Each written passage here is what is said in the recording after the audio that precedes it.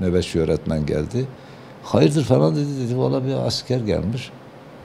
Bir başçavuş. Seni istiyorlar. Ben durumu fark ettim.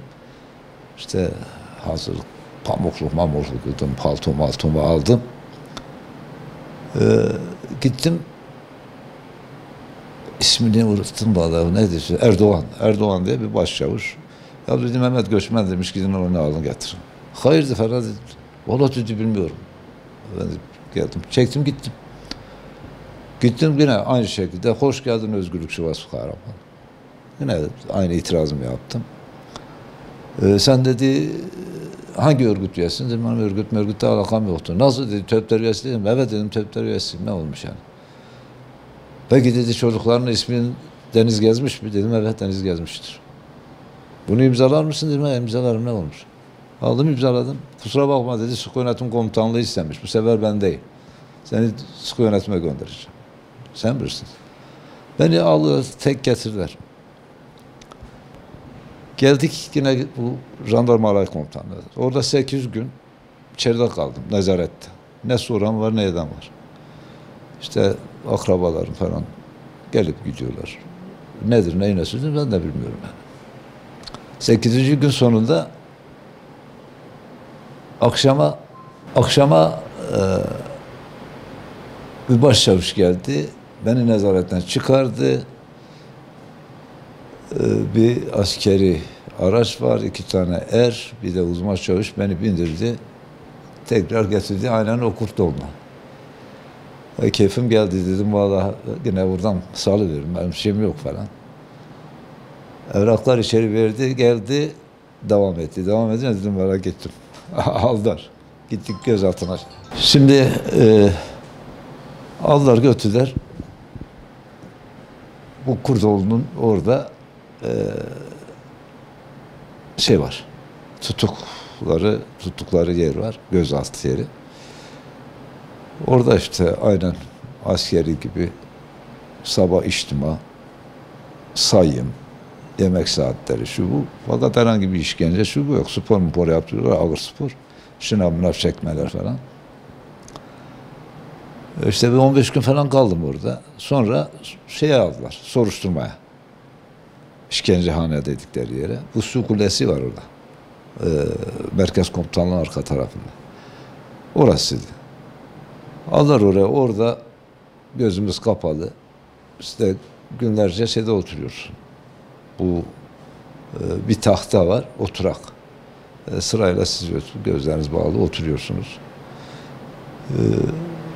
Bekle artık öyle oluyor ki yara oluyor.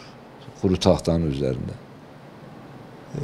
Tabii daha önce gidenleri alıyorlar, işkence ediyorlar. O işkenceleri sesleri, bunlar seni de rahatsız ediyor. Yani insan istiyor kendisine işkence olsun ama işkenceyi görmesin. Yani sana yapıldığı zaman senin bir şey yok. Ama işkence seslerini, duyduğumuzda çok daha etkileniyoruz. Neyse sıra bize geldi. Bir ara aciz oldum. Oturamıyorum. Dedim işte tekmil verdim, ben dedim üstünde oturamıyorum falan. Biraz hareket ettirdi. Tekrar oturdum. Tekrar oldum. Yere uzandım.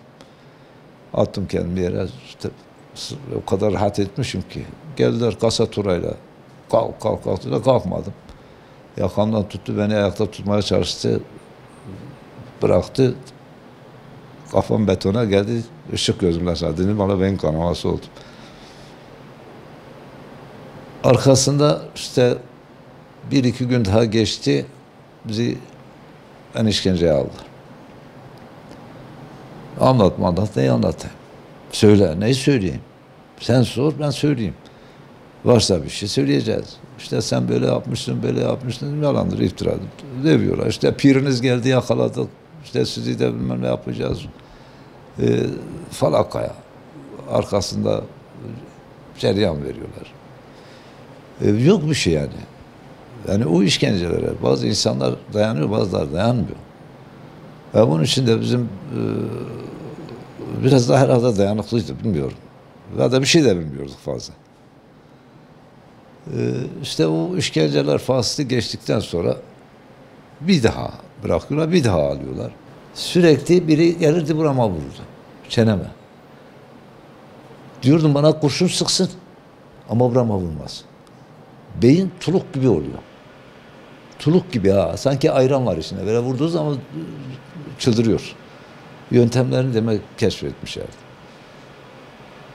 Sonuçta beni oturttular masaya. Anlat. Ben anlattım. İşte sen böyle dedim. Hepsi yalandır, iftiradır. İmzala dedim, imzalamıyorum. Ya imzala diyoruz, yine imzalamadım. Beni tekrar attılar arkadan. İlla imzalatacak. Tekrar çağırdılar. Tekrar dedim ben okumadan. Kardeş 30-35 gün gözlerin kapalı olduğu zaman açtıklarında sen bir şey görmüyorsun zaten. Açtılar gözümü ama okuyamadım bir şey. Kendi kendime ben bir şey söylemedim. Bunlar da bir şey yazmaz. Tamam mı? İmzayı attım. İşte savcıya gittik. Savcı da dedi sen demiş işte böyle örgüt üyesiyim, meşruyum. Asla dedim ben böyle bir şey söylememişim ve değilim. Benim tek suçum çocuklarımın ismidir. Artı ben Öğretmenler Derneği'nin üyesiyim. Başka da herhangi bir suçum yoktur. İşte savcıdan sorgu hakiminde bir sürü istihbari raporlar var demek. Toplamışlar bir klasör. İşte yattığı bölge okulunda sen bunu yapmışsın. Daha öncesini Kurt Belediyesi'nin arka tarafında gazete afiş bildiri dağıtmışsın. Ne bileyim o gibi tür rapor, her istihbari rapor toplamışlar. Ne yapmışlarsa. Sonuçta işte Sıkı Yönetim Komutan Yardımcılığının talebi üzerine tutuklamama karar verdi. Aldı beni götürdü de 5 nolu. Şimdi işte dediğim gibi girdiğimizde merdiven altına sokuyorlar. Merdiven altında seni işte biraz yoruyorlar, bekletiyorlar. Sonra soyuyorlar. Sözüm ona elbiselerde bir şey olmasın diye. Soyduktan sonra başvura dönmeye domaltıyorlar. Akbür taşaklarını falan tutuyorsun. Bunlar da joplarla vuruyorlar. O bittikten sonra son sayı 3 giyin diyor. Giyiniyorsun. Zaten eller falan düğmeyi kapatmayıp böyle eller şişiyor. Döve kalaslarla vuruyorlar. Onu yaptıktan sonra bir sefer hücreye götürüyorlar. Hücreye giderken o arada Joe diye bir köpekleri var. Milleti tutuyor. Arkamda 2 kişi varken önüme geçtiler, sonrasında ben tuttum. Tutunca ben de ağzına bir tane vurdum. Vay köpek de bağırdı tabii. Abi orospu çocuğu dedi. Sen Joe'yu vursun ha. Arkasına Joe parçala dedi. Joe 2 arka ayağının üstüne kalktı. Sol bacağıma yapıştı. Tabii ciğerim yandı. Ben de kafasına bir tane. Joe bıraktı gitti. Tamam oğlum dedi. Joe'yu vursun. Aldılar bizi götürdüler. İşte o zaman 37 deniliyordu. Hücrelerin olduğu yer. 3 katlı, 4 katlı, iyi hatırlamıyorum. Önleri açık şişli. Bahsettiğim gibi işte 1,5-2 ebatında hücrelerdir. Arka tarafı bölünmüş. Tuvaleti de orada. O yere bizi işte 18-20 küsur insanı soktular oraya. Çünkü yatamıyorsun, ayaktasın zaten. Sırayla oturup kalkıyoruz, birbirimize şey yapıyoruz. Tabii orada su vermezler, yemek vermezler, verdikleri zaman tuz verirler, susuzluktan patlıyorsun. Orada da bir 18-20 gün kaldık. Benden önce göz altında gördüğüm dev gibi adamı ben karşımda gördüğüm zaman ben dedim ben buradan sağ çıkmam. Kendi kendime. Erimiş yani. Böyle çöp gibi olmuş. Ve ben zaten çöptüm, böyleydim. Tamam mı? Dizmaları çıkamayız. Sonra tabii daha önce de bahsettimse tuzlu çorba, sus vermezler. Artı gelirler tekmil alırlar. Her koğuşta bir tane hücrede bir sorumlu vardır. O sorumlular tekmil vermek zorunda. 1. kat 9. hücre şu kadar mevcutta emir ve görüşse hazırdır şeklinde.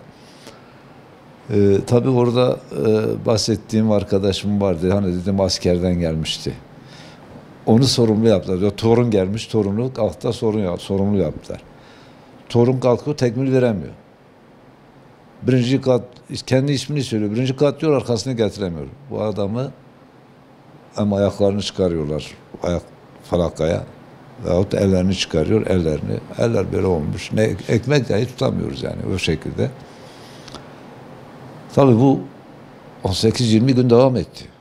Cezaevinde yaptıkları her gün işkenceydi zaten. Her gün. Orada mesela tuvaleti tıkatmışlardı hücredeyken. O pislik birikiyordu, o salona doluyordu. O salonu işte biz nasıl pisliğin içindeyiz zaten. Buraya kadar pislik var.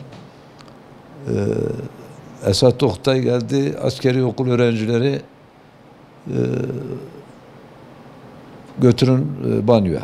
Biz de sevindik tabii. Çıkacağız, gideceğiz banyoya, bu pisliğin içindeyiz herhalde, temizleyecekler falan. Bizi aldı, işte askeriye gibi. Başımızda manga komutanı. Tek sıra o 450 sıra olmuşuz. Rahat hazır olmadı. Rahat hazır o pisliğe bir vuruyorsun, pislik yüzüne gözüne gel. Uygun adım var diyor, ayaklar karın boşluğuna çekilecek 75 santim ileri. Rab diyorsun, o pislikler hep senin yüzüne. Sonuçta olmadı yat diyor. Tamam mı? Bu pisliğin içinde. Değil mi? Bu kadar su var. Millet yatmak istemiyor o pisliğin içine. O haydarlara, ellerinde haydar var. Kalas gibi şeyler. Kuzu lakabı. Balta sapı gibi. Şöyle dört köşe yapmışlar. Değişik sopalar var ellerinde. Öndekiler atmadı diye gördük yani. Vuruyor kafasına, kan fışkırıyor duvarlara. Koluna vuruyor, kol uçuyor. Oradan öldürecekler. Pisliğe yat. Yattık, süründük. Kalktık. O pisliği elbiselerimize paspas vermiş, tertemiz etmişiz. Orada her kapının önünde ikişer tane gardiyan duruyor. Tekrar bizi hücreye alıyorlar. Hepimizi bayıltıncaya kadar dövüyor ve attılar işleri. Bu hücrelerdeki işkencelerden bazıları. 3 gün, 3 gece bizi suyun içinde yatırdılar. Üstümüze su dökme kaydıyla. Hepimizin bağırsakları bozuldu. Sancılı, kanlı ishal gidiyor. Yine tuvaleti kapatmışlar. O sıra Bedri Tan vardı. Bu bizim Bedri Tan. Bizim Altan Tan'ın babası. O da benim koğuştadır. Ferhat Cemiloğlu'dur. Yani ismi yapmış olanlardan. Van'da soy ismi Sak olan bir vardı. Çünkü öldü, onun için aklımdadır. Bedri Tan'ı biz işte o sudan çıktıktan sonra rahatsızlandık. Bedri Tan belki de yaşlıydı. O ağırlaştı. Kalkamıyor.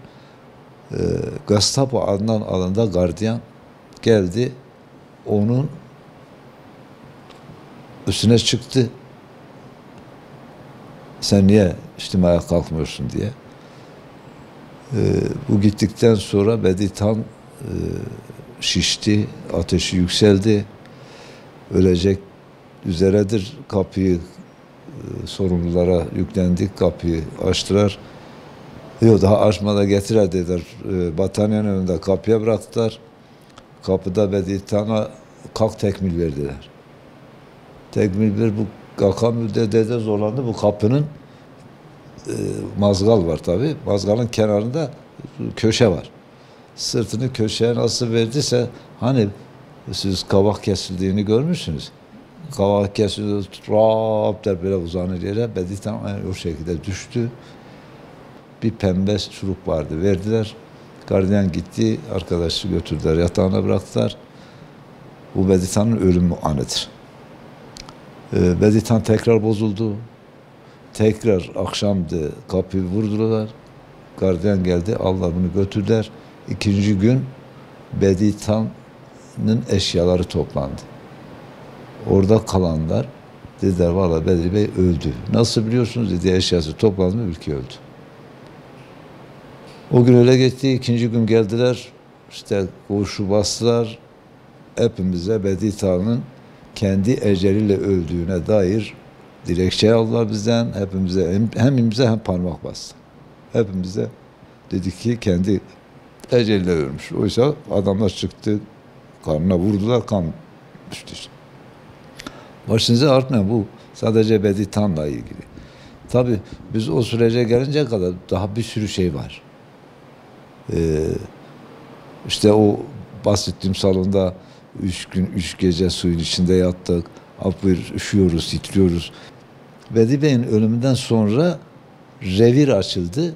Geldiler bizi reve demek, dışarıda sansasyon oldu. Bedi Bey'in ölümünden sonra bizi revire götürdüler. O da şöyle oldu. Geldiler insanın gururuyla, insanı rencide edecek şekilde bizi içtimaya almışlar. Efendim diyor, kıçından kan gelen var mı?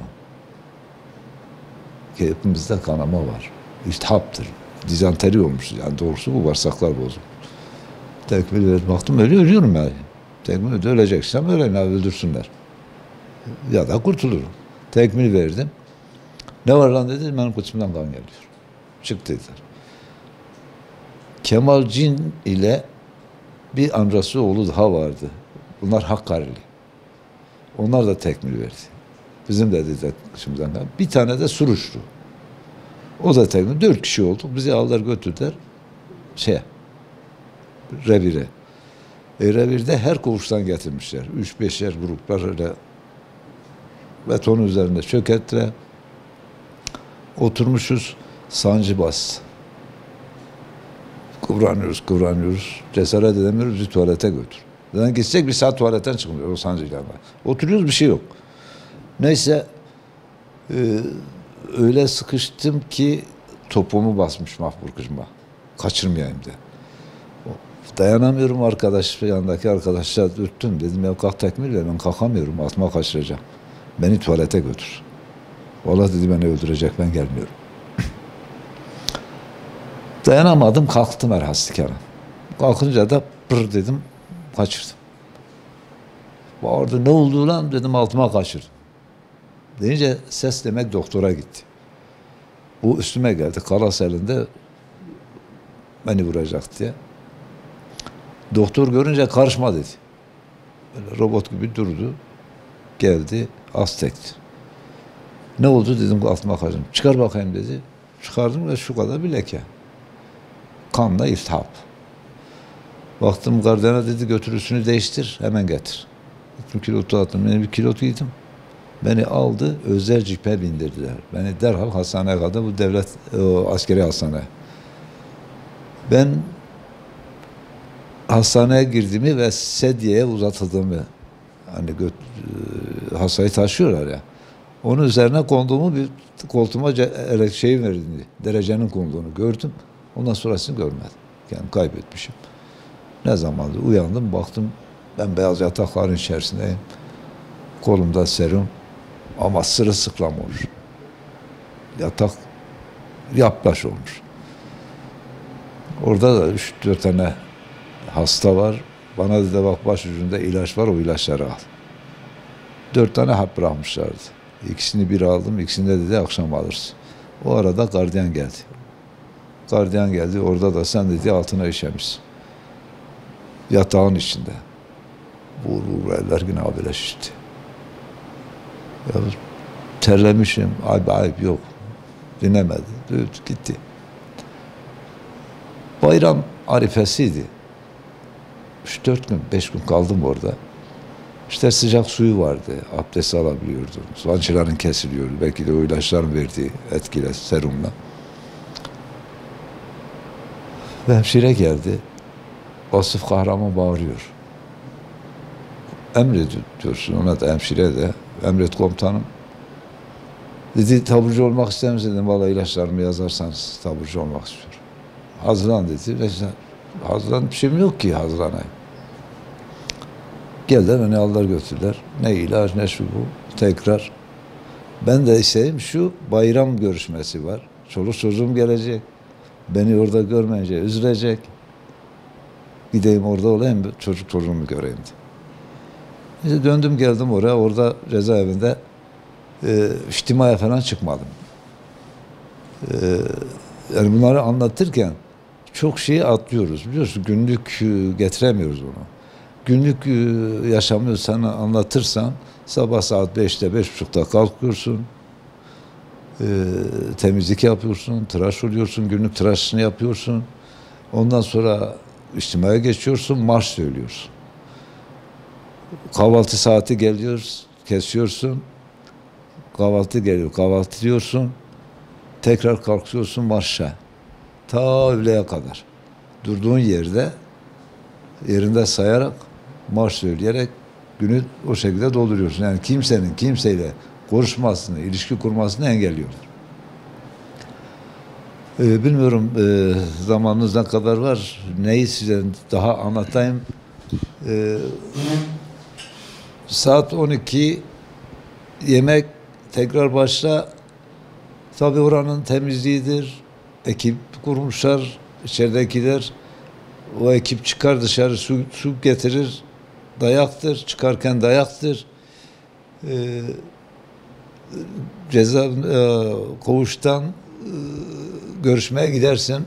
Yanlış yaparsan cezadır. Gelirsin. Dayak yersin. Görüş yasağı alırsın. Gidiyorsun salonda bir sürü her koğuştan gelmiş. Biri sağa dön diyor, biri sola dön diyor. Sen gerek komutanın sesini tanıyasın. Yanlış yaptığın zaman bütün arkadaşların hata yapmış oluyor ve senin yüzünde herkes dayaklıyor. Yani aslında herkesi dövmek istiyorlar. Buna da bahane üretiyorlar.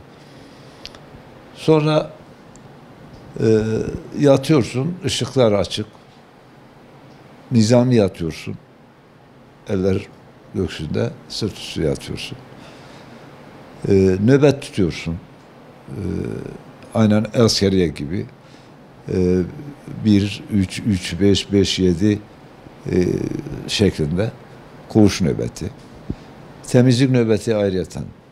Bulaşık nöbeti ayrıyeten tutuyorsun. Herhangi bir iletişimi engellemeye çalışıyorlar. Tabii bu gittiğimiz koğuş Dörtlerin kendisini yaktığı koğuş. Bu 4 tane genç kendilerini yakmışlardı. Hayri Durmuş falanlar vardı. İsimlerini şimdi hatırlamıyorum. Koğuş cezalıymış. Su verilmiyor, ekmek verilmiyor, kimse konuşmuyor. Düşün yanındaki arkadaşına bir şeyler soruyorsun, öğrenmeye çalışıyorsun. Ya diyor sen beni öldürtmeye mi çalışıyorsun? Sana herhangi bir cevap vermiyor. Ta aradan 3-4 ay geçtikten sonra o koğuşta insanların kendisini yaktığını, koğuşun cezalı olduğunu fark edebildik. Bize o şekilde söyleyebildiler. Tabii o arada oranın içerisinde ajanlar var, yani ispiyoncular var. O ispiyoncular içeride olup biteni, ben seninle konuştuğumuzu görünce hemen dışarıya gidiliyor. Dışarı geliyor, bu sefer dayak atıyor. Koğuşlardan işte dedim ya şeye gidince, ziyarete gidince veyahut avukat görüşmesine gidince hepsi işkence. Düşünün, istemiyorsun ailen gelsin. Ziyarete gidip gelesin. İstemiyorsun avukatın gelsin. Hepsi işkence. Değil mi? Sabahtan kalkarsın akşama, gecenin bir saatinde gelirler, seni uyandırırlar. Arkasından kule yap derler. Herkesi üste bindirirler. Altta kalan nefesi bayılanlar, şu bu. Arkasında derler kaybol, ranza altı. Ayağı dışarıda kalan şu, kırıyorlardı ayakları falan. Cehennem gibi oldu. Yani dedim ya başta, işkencehanede gördüklerimizin 10 katını cezaevinde gördük. Cezaevinden tekrar işkencehaneye dönmeyi istersin. Yani orası bizim için veyahut gözaltı bizim için kamp gibiydi. Orası ateşti. Sonuçta kardeşim geldik, işte 12 Eylül'ü, o acıları bugün bazı arkadaşlarımız bugünkü darbeyi normal karşılamaya çalışıyor veyahut oyun olarak görmeye çalışıyor. Darbenin her türlüsü kötüdür. Çünkü kural yok, nizam yok, insanlık yok. Çünkü onun da kendisinden korkusu var, biliyor musun? Yani seni sindirmese, ya yarın sen kalkarsan sen ne yaparsın ona? Onun için de her türlü darbeye karşı durmak zorundayız. Darbeler kötüdür. Benim mesajım şu, bütün darbe yaşamamış kesimlere. Yani 80 sonrası doğan insanların darbelerin ne olduğunu bilmezler. Hatta 90'lı yıllarda belki bir 10 sene 80 ile 90 arasında bir süreç var. O 10 yıl içerisinde bir sürü şeyler var.